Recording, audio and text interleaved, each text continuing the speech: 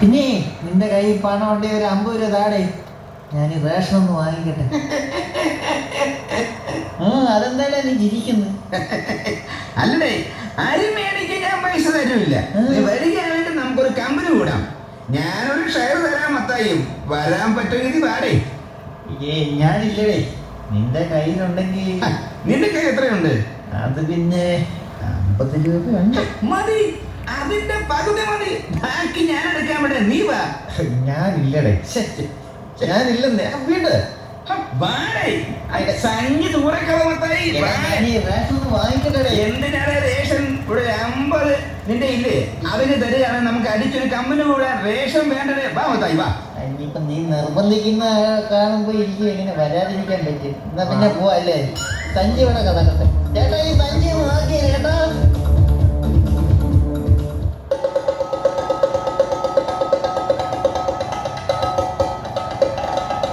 സ്നേഹിത, നിന്റെ വീട്ടിൽ അരിയുമായി വരും എന്ന പ്രതീക്ഷയോടെ കാത്തിരിക്കുന്ന ഭാര്യയും കുഞ്ഞുങ്ങളുമുണ്ട്. നീ അവരെ മറന്നുപോകും. വീട്ടിൽ അസമാധാനത്തിന് ലഹരി ഒഴിച്ചു തരാൻ ക്ഷണിക്കുന്ന സ്നേഹിതനെ നീ ഉപേക്ഷിക്കും.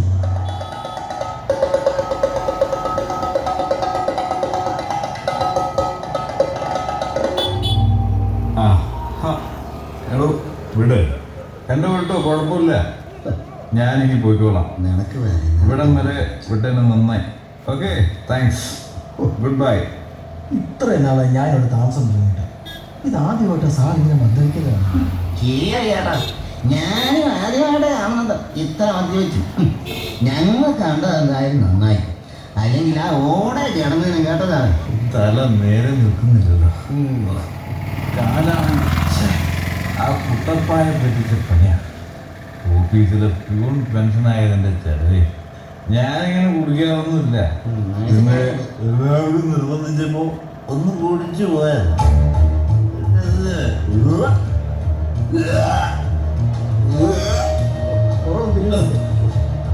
എന്നെ കുടിപ്പിച്ചതാ. വേണ്ട വേണ്ടെന്ന് പറഞ്ഞതാ, പറ്റിച്ചത്.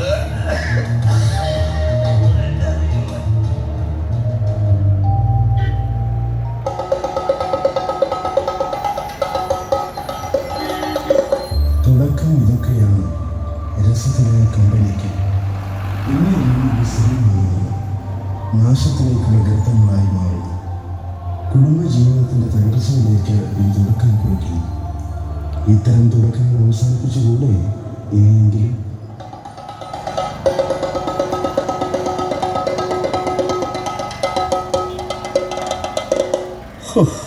എത്ര നേരമായി ഒരു ബൈക്കിന് കൈ കാണിക്കുന്നു. ബസ്സാണെങ്കിൽ ഈ റൂട്ടിലില്ലതാനും. വരുന്നുണ്ടെണ്ണം, ഒന്ന് കൈ കാണിച്ച് നോക്കാമല്ലോ. ആകെ നിർത്തി. അച്ഛൻ ഞങ്ങളുടെ ഇടവകയിലെ? അതെ സണ്ണി, ഇലഞ്ഞുമുട്ടിലെ സണ്ണിയല്ലേ? അതെ. എന്നാ ശിക്ഷ കഴിഞ്ഞ് ഇറങ്ങിയത്? അച്ഛൻ ഇന്നലെ ഇറങ്ങിയത്. പിന്നെ ഇവിടെ വരെ വരാൻ പറ്റൂ. താൻ ജയിലിലായെന്ന് പറഞ്ഞപ്പോൾ എനിക്ക് വിശ്വസിക്കാൻ കഴിഞ്ഞില്ല. അവൻ എങ്ങനെ തൻ്റെ ഭാര്യയെയും കുഞ്ഞിനെയും കൊല്ലാൻ കഴിഞ്ഞു? അച്ഛാ, ഞാനതൊക്കെ മറന്നിരിക്കുക. എനിക്കതൊക്കെ, ഞങ്ങളതൊന്നും മറന്നിട്ടില്ല. ഒന്നും. ഇപ്പോൾ വന്നത് എനിക്ക് അവിടെ കല്ലറ വരന്ന് പോകണം. അവനോട് പ്രായച്ചിത്തം ചെയ്യണം. തൻ്റെ സ്വന്തം മോളെ, തൻ്റെ സ്വന്തം ഭാര്യയും വെട്ടിക്കൊന്ന താൻ. അച്ഛാ, എനിക്ക് തെറ്റുപറ്റി. നീണ്ട 12 വർഷം ഞാൻ നരകിക്കുകയായിരുന്നു. അവളെയും കുഞ്ഞിനെയും ഓർത്ത്. അവൻ എന്നെ ചതിച്ചതാ. എൻ്റെ കൂടെ നിന്ന് അവൻ എന്നെ ചതിക്കുകയായിരുന്നു. ഞാനെല്ലാം ഓർക്കുന്നു സണ്ണി. തൻ്റെ കൂട്ടുകാരനുമായി അവിഹിത ബന്ധം കണ്ടപ്പോൾ താൻ ഭാര്യയെയും തടുക്കാൻ വന്ന കുഞ്ഞിനെയും. അച്ഛാ, ഞാൻ ചെയ്തത് തെറ്റാണോ? അവൾ എൻ്റെ ഭാര്യയല്ലേ? എന്നോട് മാത്രം വിശ്വസ്തത കാണിക്കേണ്ടവളല്ലേ? എല്ലാ വിവരവും ഞാൻ അറിഞ്ഞു. തൻ്റെ വീട്ടിൽ സുഹൃത്തുക്കളുമായി വൈകുന്നേരങ്ങളിൽ ചീട്ടുകളിയും മദ്യപാനവും മദ്യക്കച്ചവടവും, അവസാനം മദ്യത്തിൻ്റെ ലഹരിയിൽ ബന്ധങ്ങൾ പോലും വിസ്മരിക്കപ്പെട്ടു. പിന്നെ എന്തൊക്കെ പറഞ്ഞാലും താനല്ലേ അതിനൊക്കെ സാഹചര്യം ഒരുക്കിയത്? അതെ അച്ഛാ, ഞാൻ തന്നെ. എൻ്റെ മദ്യപാനം, വീട്ടിൽ ചെറിയൊരു കച്ചവടം, എല്ലാം ഞാൻ തന്നെ. ദൈവം എന്നോട് പൊറുക്കുമോ? മോനെ, മദ്യം കലഹക്കാരനും വീണ്ടും പരിഹാസ്യമാണ്. മദ്യവാന്മാർ സ്വർഗരാജ്യം അവകാശമാക്കിയില്ല. മദ്യം കുടുംബത്തെ നശിപ്പിക്കും. സത്യമാണ് സത്യം. എൻ്റെ കുടുംബം നശിച്ചു. മദ്യത്തിൻ്റെ പേരിൽ എൻ്റെ ചെയ്തികൾ എന്നെ കൊലപാതകയാക്കി.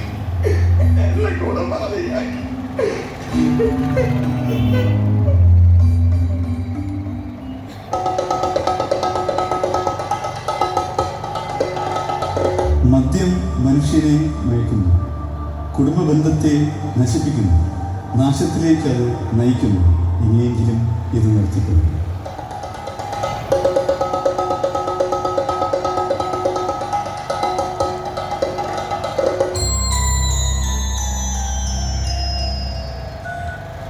ഞാൻ നോക്കിയിട്ട് ഒരു രക്ഷയില്ല.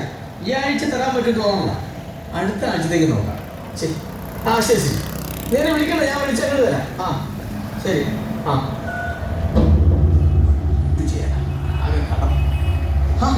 അവിടെ താനെന്നാണോ പതിവില്ലാതെ കിടന്ന് കറങ്ങുന്നത്?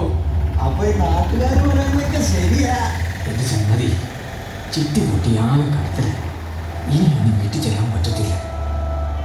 കടക്കാരാണ് ഏത് സമയവും. ഞാനാണ് മാനസികമായിട്ട് ആകെ തളർന്നു. മനസ്സിന് ഒരു സമാധാനമില്ല. എത്ര ദിവസമായി കിടന്നുറങ്ങിണ്ടെന്നറിയാമോ? എടോ, അതിനൊക്കെ എളുപ്പം ഒരു മാർഗം എൻ്റെ കയ്യിലുണ്ട്. ഇങ്ങോട്ട് നോക്കിയേ, ഇതൊരല്പം വീശിയാലോ? എനിക്കത് വേണ്ട. എടോ, സമാധാനം ഇല്ലാതാകുമ്പോൾ ഇതൊരല്പം വീശിയുണ്ടല്ലോ, അടിപൊളി സമാധാനം കിട്ടും. പിന്നെ എല്ലാ പ്രശ്നത്തിനൊരു പരിഹാരം ഉണ്ടാവും. അങ്ങനെ നോക്കിയാലും എനിക്ക് എന്തായാലും സമാധാനം കിട്ടും. കുറച്ച് നേരം ഇത് കുടിച്ചിട്ടൊന്ന് കിടന്നോ. എല്ലാവരും ഇത്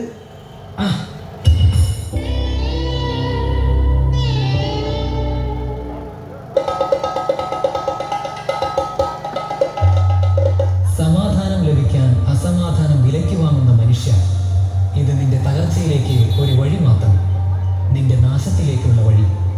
നീ അത് അറിയുന്നില്ലേ?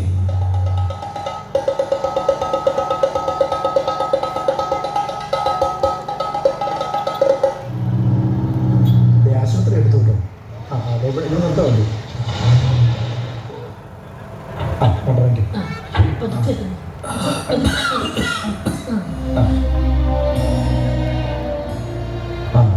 ഇതാ ഡോക്ടർ. അങ്ങോട്ട് കയറാം, അങ്ങോട്ട് കയറാം. വരൂ. ഇരിക്കും. എന്താണ് അസുഖം? ഡോക്ടറെ, അച്ഛന് വല്ലാത്തൊരു അസ്വസ്ഥത. 2 ദിവസമായിട്ട് വല്ലാത്തൊരവസ്ഥ. എൻ്റെ സാറേ, എന്നെ രക്ഷിക്കണം. എൻ്റെ മോളുടെ കല്യാണം അടുത്ത് വരിക. ഈ കുടിയൊന്നും നിർത്താൻ ഒരിക്കൽ തീരുമാനിച്ചതാണ്. അന്ന് തുടങ്ങിയതാ, കഴിഞ്ഞു. എൻ്റെ ഡോക്ടറെ, ഇന്ന് രാവിലെയും ചോര ശ്രദ്ധിച്ചു. മടുത്തു ഡോക്ടറെ, മടുത്തു. ഇനി എങ്ങനെയായിട്ടുള്ളൊരു മോചനം? മോചനം ആഗ്രഹിക്കുന്നുവെങ്കിൽ പൂർണ്ണമായും മാറ്റാൻ കഴിയുന്നതാണ് ഈ മദ്യപാനം. ഡോക്ടറെ, അച്ഛൻ്റെ ഈ അവസ്ഥയിൽ മദ്യപാനം ശരീരവും മനസ്സും ഒരുപോലെ ദുർബലമാക്കുന്നു. അത് ഹൃദയത്തെ കാറുന്നതില്ലെന്നും അതോടൊപ്പം കരളിനെ നിഷ്ക്രിയമാക്കുകയും ചെയ്യും. എൻ്റെ ഡോക്ടറെ, ഇത് കുടിക്കുമ്പോൾ ശരിക്കും ഉന്മേഷം കിട്ടുന്നത് പോലെ നിറയിലൊക്കെ മാറി. അതുകൊണ്ടാ ഇത് നിർത്താൻ തോന്നാത്തത്. അത് അഡ്രിനാലിൻ എന്ന ഹോർമോണിന്റെ പ്രവർത്തന ഫലമാണ്. രക്തം കൂടുതലായി പമ്പ് ചെയ്യുമ്പോൾ അത് ചർമ്മത്തിൽ കേന്ദ്രീകരിച്ചിരിക്കുന്നു.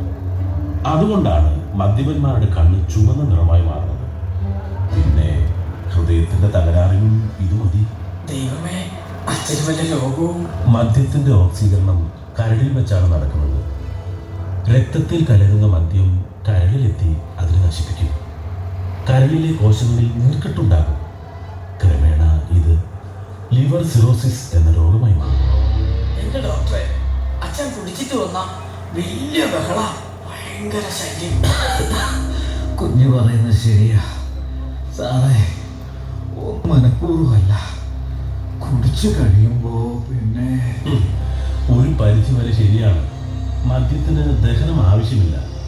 ആമാശയത്തിലെത്തുന്ന മദ്യം രക്തത്തിൽ പ്രവേശിച്ച് നേരിട്ട് തലച്ചോറിലെത്തും.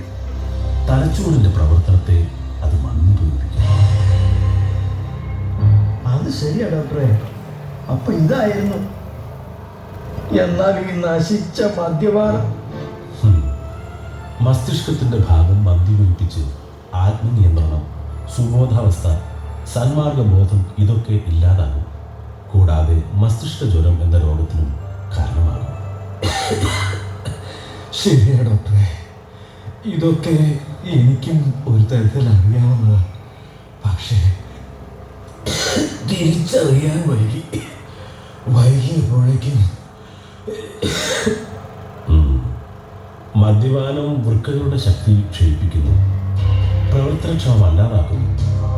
ക്യാൻസറിന്റെ മുഖ്യ കാരണം മദ്യപാനവും പുകവലിയുമാണ്. ശരീരത്തിന്റെ എല്ലാ അവയവങ്ങളെയും മദ്യം വേഗമാക്രമിക്കും. ചുരുക്കത്തിൽ മദ്യപാനം നമ്മുടെ ജീവിതത്തിന്റെ തകർച്ചയിലേക്ക് നയിക്കുന്ന വീഴ്ചകളാണ്.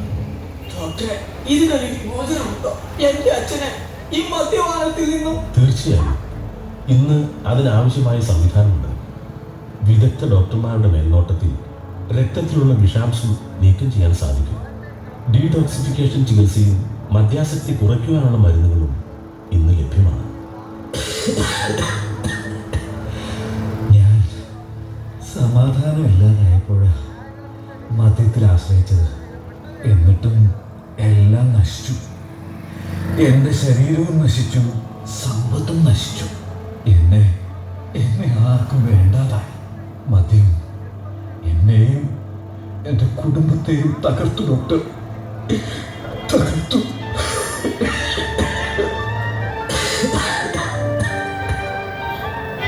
സമാധാനം മദ്യത്തിലല്ല, അതൊക്കെ താൽക്കാലികം മാത്രമാണ്. വിലയ്ക്ക് വാങ്ങുന്ന സമാധാനം നിന്നെ നാശത്തിലേക്ക് എത്തിക്കും. ലോകത്ത് സമാധാനം നൽകുവാൻ വന്ന ദൈവപുത്രൻ നൽകുന്ന സമാധാനം നിത്യജീവനിലേക്ക് നയിക്കും, സമാധാന ജീവിതത്തിലേക്ക്.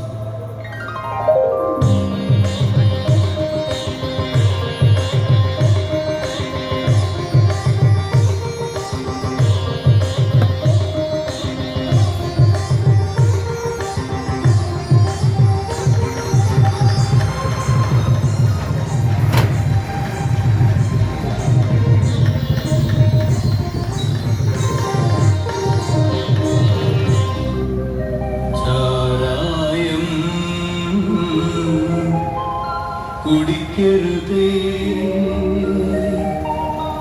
ധനം നശിച്ചിടും, മാനക്കേട് ഭവിച്ചിടുവാനുകൊണ്ട്. ചാരായം കുടിക്കരുതേ, ധനം നശിച്ചിടും, മാനക്കേട് ഭവിച്ചിടും, അതുകൊണ്ട് ചാരായം കുടിക്കരുതേ.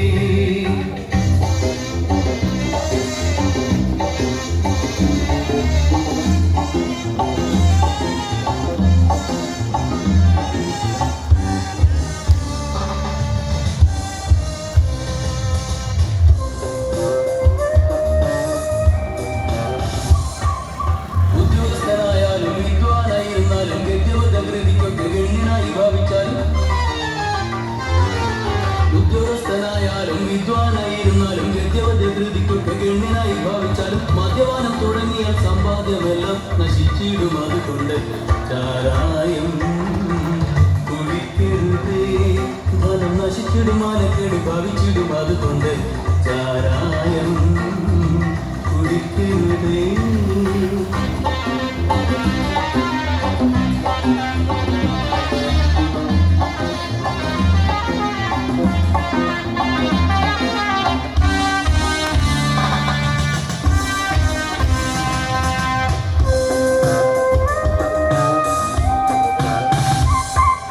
കുട്ടിക്കാലത്ത് കുഞ്ഞിട്ടവളയെന്നാലും തട്ടിച്ചു കൊണ്ടുപോയി കിട്ടും വില വാങ്ങിച്ച.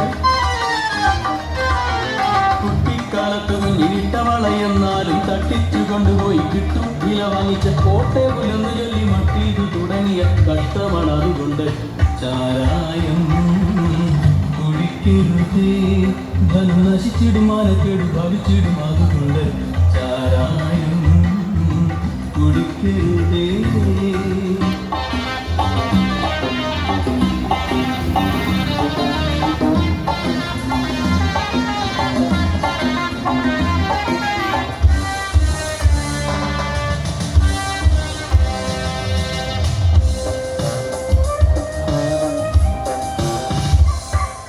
ഷാപ്പിൽ കയറി കുടിച്ചു വേലി പിടിച്ചൊടിച്ചു പോലീസുകാർ പിടിച്ചു സ്റ്റേഷനിൽ കൊണ്ടടച്ചു.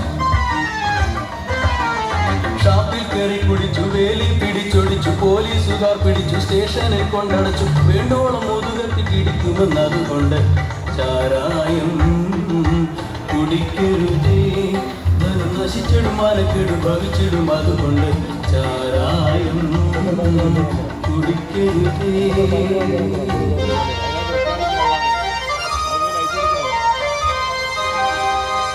എത്ര നല്ല പണക്കാരിൽ പലരും ഈ ഉലകിൽ